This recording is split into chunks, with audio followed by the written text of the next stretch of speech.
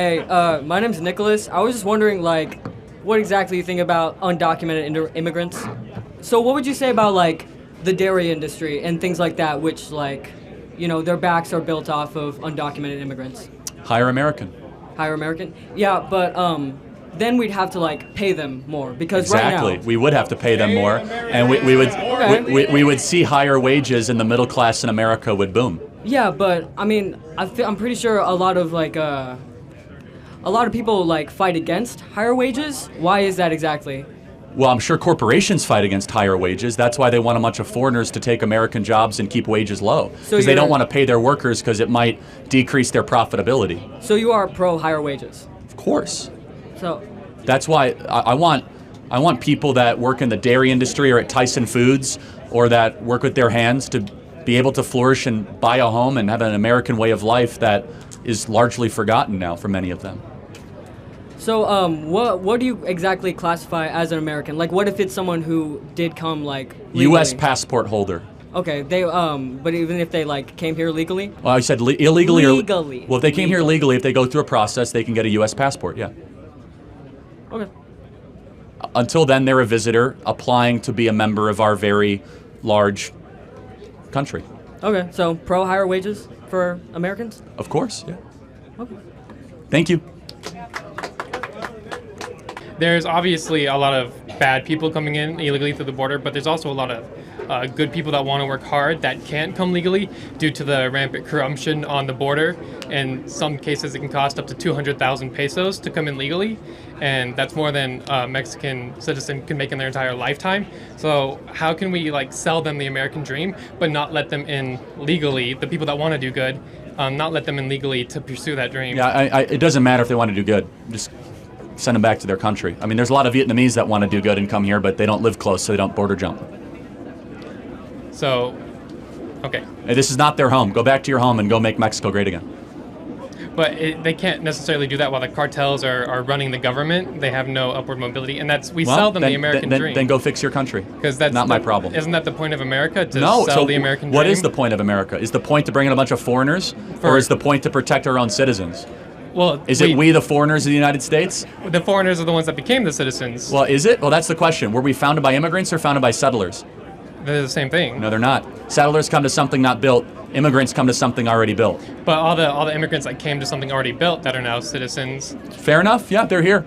But now we're still selling that dream, but not allowing them in the proper way. Yeah, I mean, what do you mean by selling the dream? Of the American dream, that's still a huge talking point, and that's still a big claim to fame that we have. You know, the American dream I want sold is for all American-born kids to be able to own a home and have a family and have kids. I'm sorry if the concern of, like, a third worlder in Honduras is not my primary concern. Like, a whole idea of a government is you put your people first. You don't put the, like, compassionate narratives of someone in the third world first. Well, our country's falling apart. Most of you guys will not be able to own a home. You're going to be swimming in debt, medical debt, student loan debt, credit card debt. We're sending hundreds of millions of dollars to Ukraine.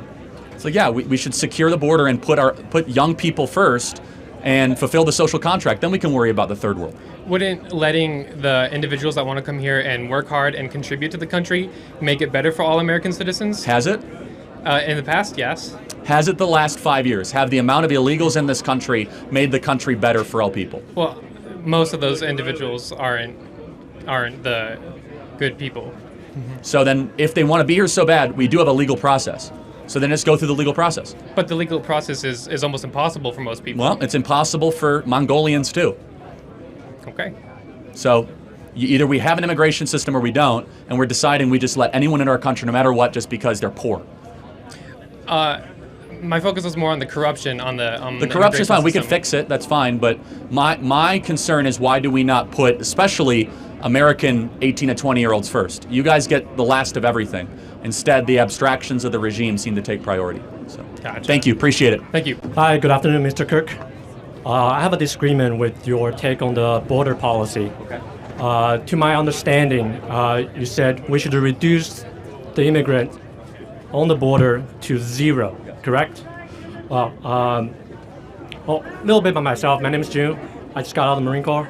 My whole career is about war on terror. Thank you for your service. Thank you. Well, at least that's what they told me when they threw me in Bahrain and told me on standby. I'm all about keeping the terrorists out of the country. But I disagree with you because historically speaking, more than 12,000 Chinese laborers built the railroads for America in the 1800s. Not all of them are documented and legal. Thousands of Irish immigrants built the skyscrapers in New York. Not all of them are documented. No, they legal. did come in legally. That is true. The Irish did, yeah. But also, back in the 1920s, all the way up to 60s, the government took the legislative act of Barcelo Act that imports millions of Mexican workers for the labor work in this country.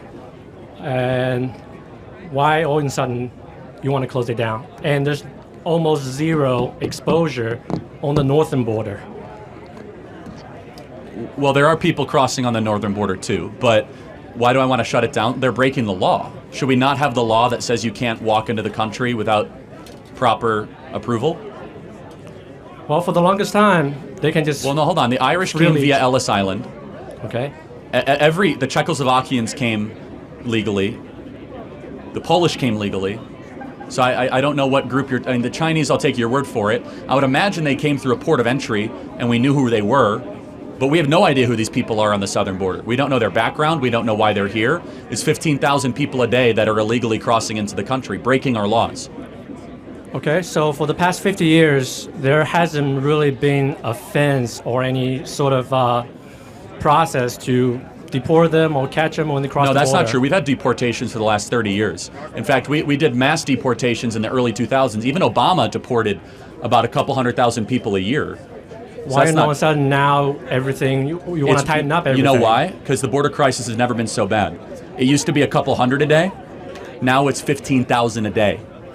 Okay, so it's about the severity, not really about... It's both. I mean, I've always been a hawk on the border, but now it's reaching such a point where illegals are taking over schools in Chicago and New York, disenfranchising native-born American social services.